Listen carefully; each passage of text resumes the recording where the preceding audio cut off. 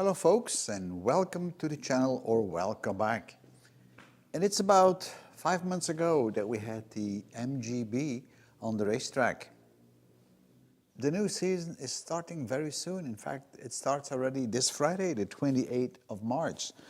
So we need to make sure that the car is ready, and I'm going to test it at Mete on the 28th of March this year, making sure that everything is okay.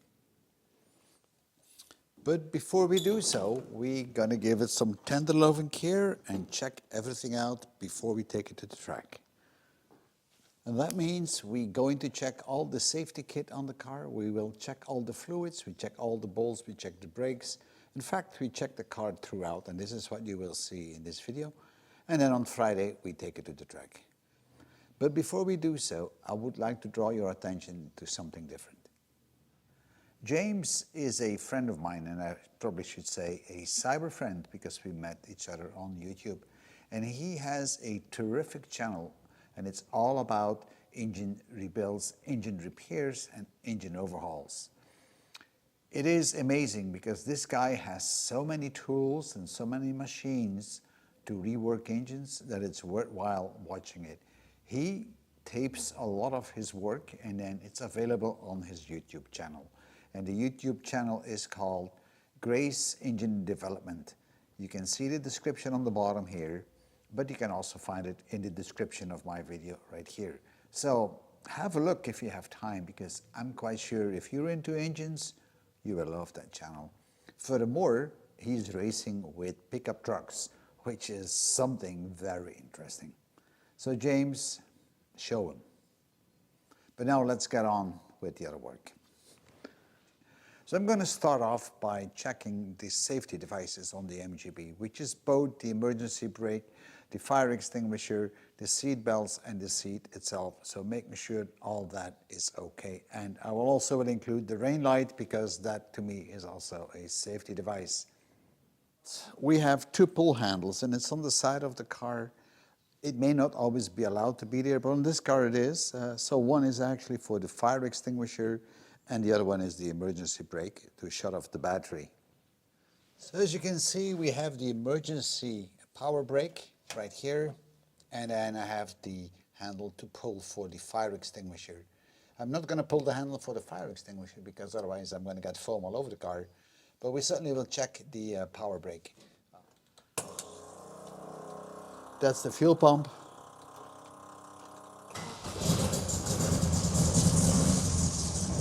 Let's see if that's going to cut out. And it does, and I will double check it from the outside and see what happens. Pulling the handle right now, and that works. I'm running a 2.1 liter foam-based fire extinguishing system, and I noticed that it is almost expired. Well, in fact, it is expired, 01/2025. So I will have to change this bottle or have it re-inspected. It's only been in for 2 years, but they should be inspected every 2 years, at least this type. But if I'm looking on the pressure in it, it's still in the green, so I'm not too much worried about it. Certainly not for the testing day, but once you go to competition, you better have this sorted out. So I might leave it in for now, because I don't have a spare one. And then once we're back from the test day, I will certainly have to change it out. You might notice that we're having a plumbed system, so I have jets all over the place in the car, and if you do plumb it in your car, then you got to make sure that the tubing is in a safe place, so not in a crash zone, because otherwise it won't help you very much. I have my safety pin in, so I can try to pull the cable and see what happens. You see that handle moving a little bit, but it can't activate it because of the safety pin, so I'm going to leave that pin in for now. I'm having the nozzles in many different areas. I just want to make sure that all the nozzles are still correct and facing to the right direction. In fact, I have 3 in the cockpit. Now, these nozzles are not spraying powder, but they are spraying foam. I also have them in the engine bay, so on the left-hand side, where we have a bit of electronics or electrical components. Here is the second nozzle in the engine compartment right here, and it's actually spraying towards the carburetor, because if you're going to have a fire, most likely it's going to be around the intake or the exhaust. So this is spraying onto the carb, and there's another one in the back there which is also spraying on the other side. And that is that one right there, spraying on the exhaust manifold, just underneath the intake and the carb. The next thing are the seat belts. And the seat belts, they should be within date. And those are within date, so that's good. And they should still be in a good condition. So the seat belts are attached with eyelets with a metal plate to the frame. And I want to make sure that those are locked. So the seat belt should be okay. Yeah, that all works fine.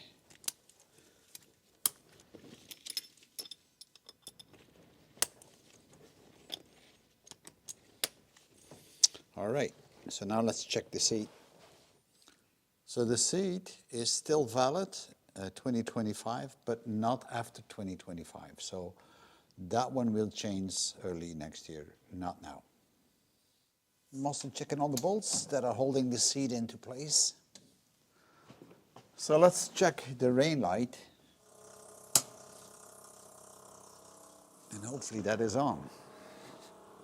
Yep.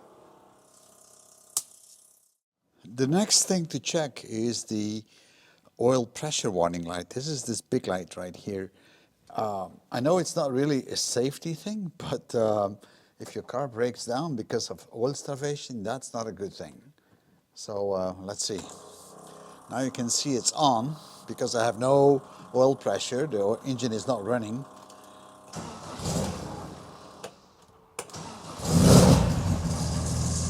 But now you see it goes off immediately. This is the alternator light. I'm just checking all the gauges if they're working fine, and they look all right. We've got good oil pressure.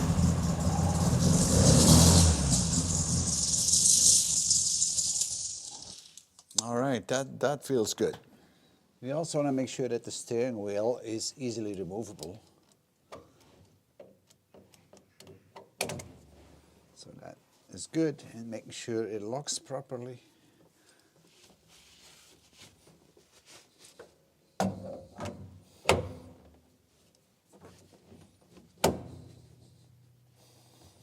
All right, now it's locked. I'm going to remove the rear hatch so we can check the fuel hose.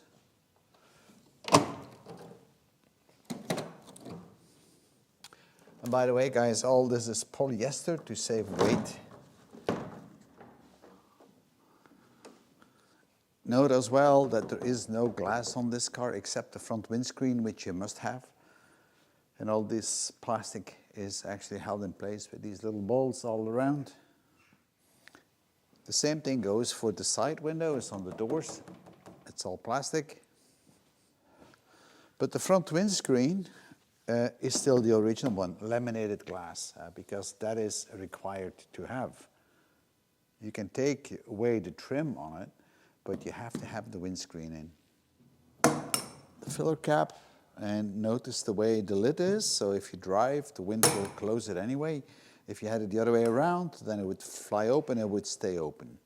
But the lid should have a good seal and lock properly, so that is still all right. And here we're having the connecting fuel hose, and this is a special hose specifically for fuel, and then we have some protection right here. But all that looks good, there's no damage on anything, so I'm quite happy with that. So the extra strength bar between the two outer wheels, or the wheel arches, is still solidly in place. And it goes without saying that the roll cage has to be in a good condition wherever it is attached. But in my case, it is actually welded, and I want to make sure that the welds are still all right. Let me put my glasses on for that one. All right, now that all looks pretty good. I don't see nothing wrong with that. All right. Right, so you have to have toe points, but this is hanging a bit too low for me. So I'm just going to put a tie wrap around it, and then whenever they need to, they can just hook it up, and the tie wrap will break anyway. And that way it doesn't drag along.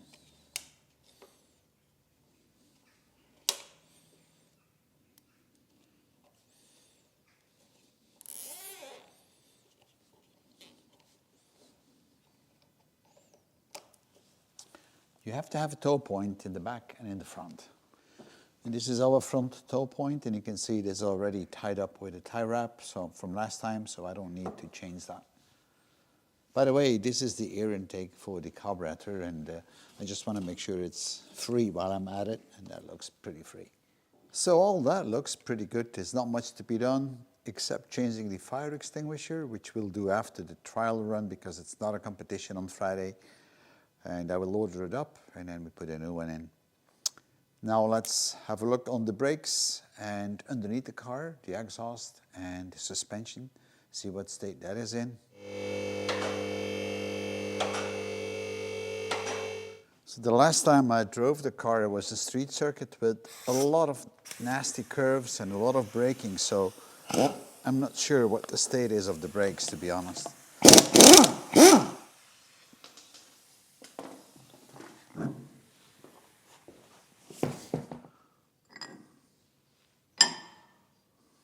If you wonder what this hose is about, that's the hose which is cooling down the brakes as much as it can, because I'm not allowed to put vented discs up. So there's a lot of regulations depending where you drive the car in, but for this specific car, yeah, we can't have vented discs. So we have to be inventive sometimes, but that all looks like pretty much tied up and good.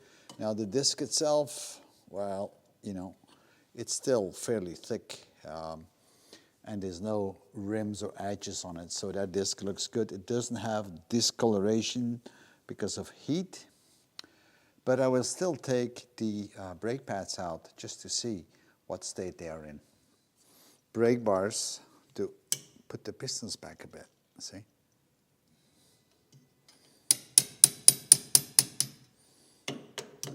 So let's get these split pins out.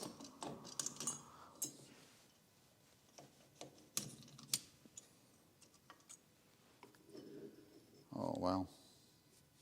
But you can see that we have a crack in it, in the compound, which is not good, because now this could actually fly off and then you lose your brakes. This one is a bit better, but it has the same problem. So we certainly need to change those.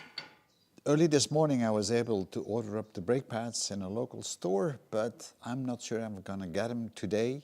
I might not be able to get them, but I got a friend of mine on the racetrack, Dean, and he has some spare ones, so he's gonna send me those on to the racetrack on Thursday night. In fact, we will meet there, and then I may have to put the brake pads on the car at the actual racetrack. You might remember last year we had a leak on that wheel on the left-hand side, so oil from the diff was leaking into the drum. And that was a major issue, but we changed that seal, now everything is dry, but I still want to check the oil level inside the diff if everything is okay, and therefore I just need to undo this big plug here. And the only way I check it is to see with my pinky if I have oil, and you can see oil comes out immediately, so it's level, so I don't need to refill this, which is a good thing. These are the upgraded versions, and you probably wonder, why did I not use a standard shock absorber? Well, the reason for that is we are not allowed in the GT class to modify the shock absorbers. So all I could do is install an upgraded version. But they look dry, and I'll check all of them, and they all look dry and clean, so no issue with those. Just checking the fuel pump, and I'm running an electronic fuel pump. It's working just fine, and I have a pressure regulator in the front of the carburetor for that. I also want to make sure that the cables are all good and tight and locked to the chassis. For the diff, I'm using standard gearbox oil, SAE90, but pay attention only to use a GL4, because if you have yellow materials inside the diff and you're using a GL5, it's going to attack it. So that's why I'm using only GL4, which is quite safe. Don't mind the brand, because I'm not making a commercial for them, nor do they sponsor me. And in terms of gearbox oil, I'm using 75W90.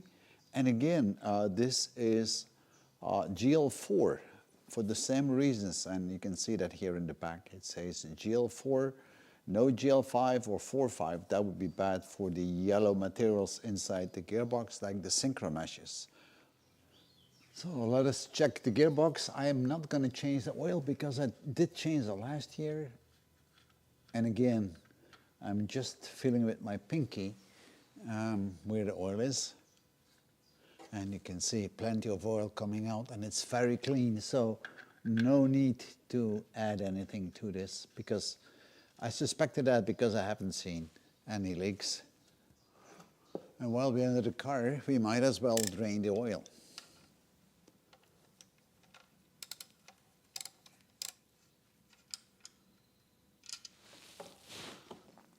This is the oil pan drain plug, and as you can see, it is very clean. I have to admit, I sprayed with brake cleaner on it just to get the oil off. But this is a magnet, and if there were any metal particles, they would have stayed onto the magnet. And it's pretty clean, so I'm quite happy that there are no shavings inside the engine. So we're just gonna change the washer out and then reinstall it and top up the engine with fresh oil. The oil that I'm using is Motul Competition 300V, and I don't want to make a commercial for them.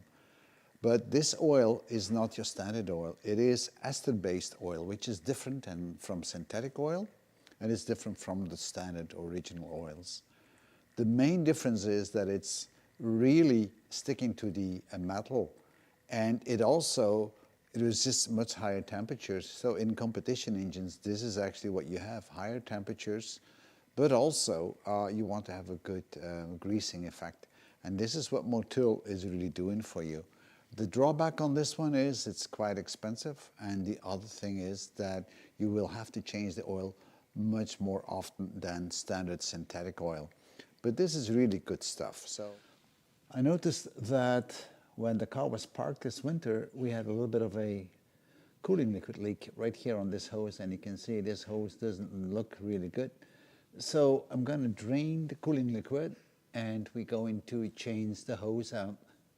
There are many different types of cooling liquids, and it all depends on the racetrack you drive on, what is allowed and what is not allowed. But I like to use G11, and that just works fine for this type of an engine. This is nothing really special. It's the blue color, and it just has done the job for me all the time. So I don't need to add anything extra to this.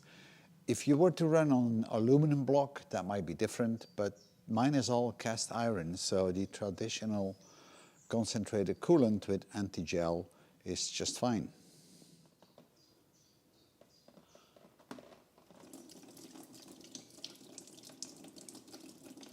And this is our new hose that we will fit. I think I might have to cut it a little bit on the bottom here, but we'll see. All right.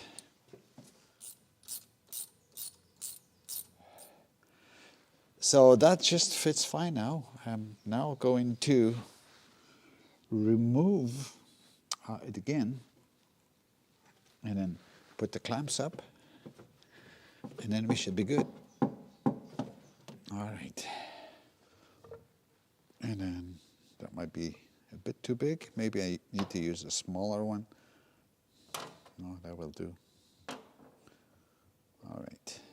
And then we also fit one here, which is supposed to be like this. All right, so let's go and fit it. All right, so it's time now to take the oil filter out.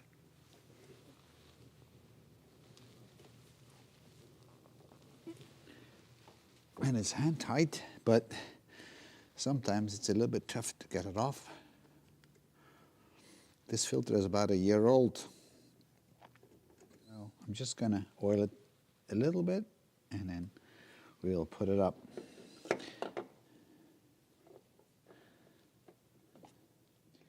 It is a high compression engine, and it develops about 168 horsepower. We had large valves, special conrods, so it's quite different, although on the outside it looks very similar to the standard 1.8 liter. This car develops about 168 horsepower at 5,500 RPMs. Just marking the date. So I'm also going to change the spark plugs. So I'm changing the spark plugs quite often. These spark plugs have been in for about 2 events, and they're still all right. There's nothing wrong with them, but I'm just going to keep them aside, a spare, and I will install new ones just to be on the safe side. So spark plugs, they come as hot types or cold types, and there's different gradients of that. Now, a hot type is a spark plug whereby the electrode, which is the center pin, is very well insulated with an insulator, typically ceramic. So it's hard for the spark plug to disseminate heat from the electrode to the cylinder head. So therefore, these electrodes in those hot spark plugs are running fairly hot. A cold spark plug is the opposite. There is very little insulation between the electrode and the cylinder head, basically. And therefore, that electrode is able to dissipate a lot of heat from the combustion chamber onto the cylinder head. And that makes the electrode cooler. Now you probably wonder, well, why do I want to have a cool one and a hot one? A running engine will automatically cause deposits on the electrodes of the spark plug. It's going to be carbon, it's going to be sulfur, and all kind of things. And it's important that these particles are being burned off.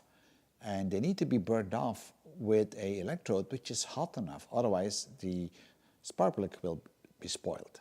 And then you have a failure, the arc won't work anymore, and then it's going to be very hard to start the car, and in fact, it may even be hard to run it on idle and in mid RPMs. Now, on the other hand, if you are going to race with your car, and in high RPMs with a lot of power demand, a lot of load on the engine, then the engine is going to get real hot. And if the spark plug is too hot, that electrode is going to start heating up so much that it's going to cause self-detonation of the air-fuel mixture which is coming into the engine at a moment that you don't want to have it. There is no spark yet, but because that electrode is so hot, it ignites that air-fuel mixture. Very bad thing to happen because this can destroy your engine. So it's very important that you do run with the right grade of temperature on the spark plugs. On the other hand, if you're going to race with your car at high RPMs, a heavy load on the engine, then you want to have a cooler spark plug. So that way we can prevent self-ignition of that air-fuel mixture. But then again, a spark plug which is too cool will not be able to burn off the deposits on low RPMs. So there is a balance in between the two. In general, we say that you should apply the spark plug and the grade of temperature according to what the manufacturer of the engine provides you. Now, if you're going to tune the engine and you're adding between 50 and 75 horsepower to the engine, then you might want to increase the coldness of the spark plug with one step.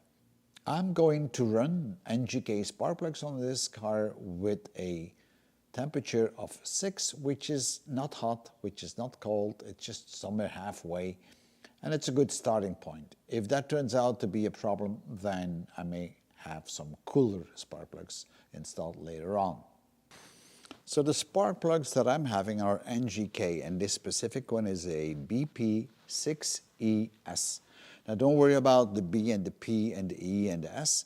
These are all indicators for the length and the size and so on, and you can find this in the coding tables for spark plugs, as you can see here on the screen.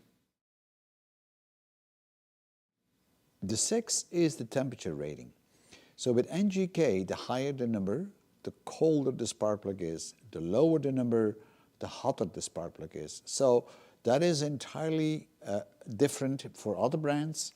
I think Bosch is just the opposite, so you always need to check the decoding tables for your specific spark plugs.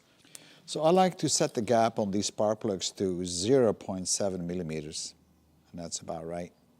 Also notice that there is an indication on how much torque you need to apply when you put them in. So the new spark plugs are going in. I like to oil them slightly to tread, just a little bit, not too much.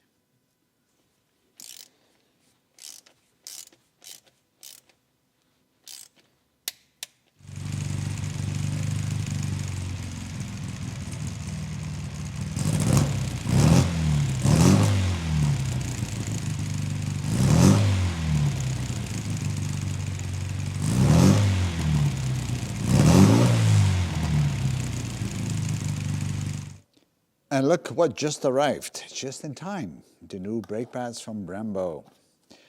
Let's hope that they are the same.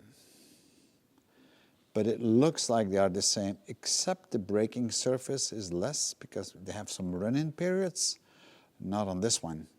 But for the rest, they look exactly the same shape. So let's see if they fit. Here we have the new brake pads. They're now going in. I might be in the way when I'm pushing it in because it's a little bit tight. All right, the brake pads are in. So folks, I just got back from a test ride and everything is running smoothly. The brakes are working perfect. It shifts properly. The engine is running smooth. I have a good acceleration, so the car is basically ready for the track. The only thing I have to do tomorrow before we hit the track is actually checking the tire pressure. Probably I'm going to set it to about 1.2 kilograms, no more than that. And that is basically it. And then we are ready to test it out. So we have arrived at Mete, and it's really nice and sunny today, but I think it's going to rain by tomorrow. But we'll see. So I'm going to continue offloading. So, as you can see, I was not the first one on the paddock. Other people were there. They were preparing their Formula Fords or their Super Formula Fords to race. Normally that's what I do as well. And they are really testing their cars out. The dog, well, it's watching how they tune the cars. We call him the tuning master. Very nice dog. Always walks around on the paddock and everybody knows him. And there is my old Rusty, my car. By the way, old Rusty is now also my nickname based on the old truck I have. You can see some pretty nice machines were out there. Some guys are really well equipped. I wish I had a trailer like this. But okay, I'm happy with what I have. The good thing about this race club is that everybody is helping everybody. And here we have two new competitors, basically. A father and a son who are going to drive with the Arpo racing cars. These are BMWs. And I think it's the first time on the racetrack with their BMW, which is kind of interesting to see. And in fact, they drove pretty well. Other folks are working on their Peugeots or Renaults, and here is Steve, fixing or checking the oil on my car, on my MGB GT. Of course, this was not a championship or a competition. This was basically a test day for me, which we drove 5 times half an hour, which is 2.5 hours, which is a pretty long time. Now you'll see some footage in the car, and unfortunately my GoPro didn't do what it was supposed to do. My battery went flat, although I had an external battery, it just didn't help. Anyway, this is one of the runs I got into, and before every run, before you can really test your car, they want you to do a warm-up lap, and for 2 laps we are following the yellow flag, and we just warm up the engine, we warm up the tires, because I'm not alone on the track. There's many cars on the track. I think there was about 25 of them. And then it was time to accelerate as soon as we got the green flag.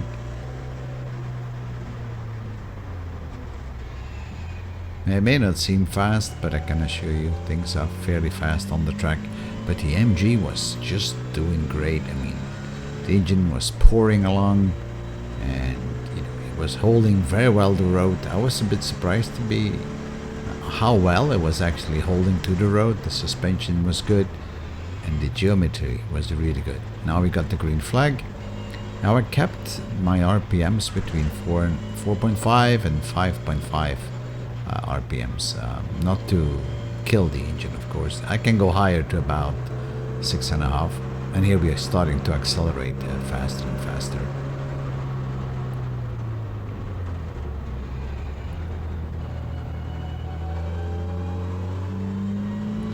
The track itself is not that long. It's about 2.3 kilometers, I think. So, but it's a pretty technical track with a lot of turns.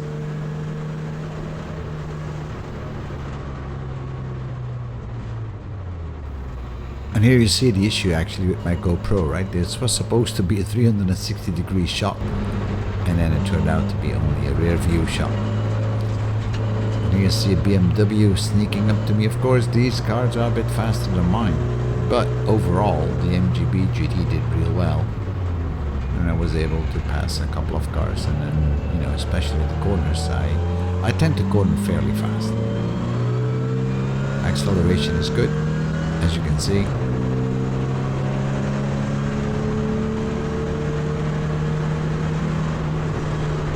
Yeah, the top speed on this circuit is not that high because they're not really long straight stretches. I think it's about 165, 175 maybe at best. Yeah, what you see here on the back is actually my gas tank, all the way on the bottom, and the hose to feed it. And then of course you always have problems or accidents on the racetrack, and even here we had one issue again. A Ford Mustang actually blew up his engine, and as a result we got red flagged and we had to stop on that run, but nevertheless we catched up later again. So I did my 2.5 hours in total. Somebody had a spin and broke the radiator. It was the Ford Mustang. So it's a lot of fun, but then the next day you have to unload everything, check everything out, and that's again a lot of work. So racing with a car is like preparing for a day. It's doing the thing for about a few hours and then another day to clean it all up and check it all out and get it ready for the next one.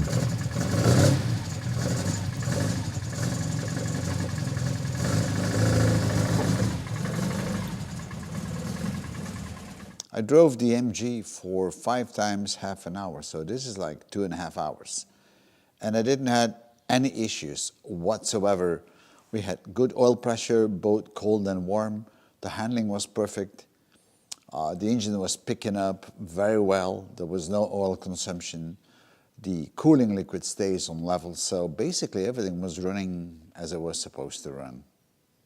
However, before I went onto the track, I did do a last modification to the brake pads. And as you've seen in the video, I installed some Brembo brake pads in the front of the MG. And these are, well, these are street-based brake pads, not really suitable for the racetrack, but that's all I had available. But at the same time, I posted on the club's Facebook page a request if anybody had some Mintex brake pads or racing brake pads for the MGB.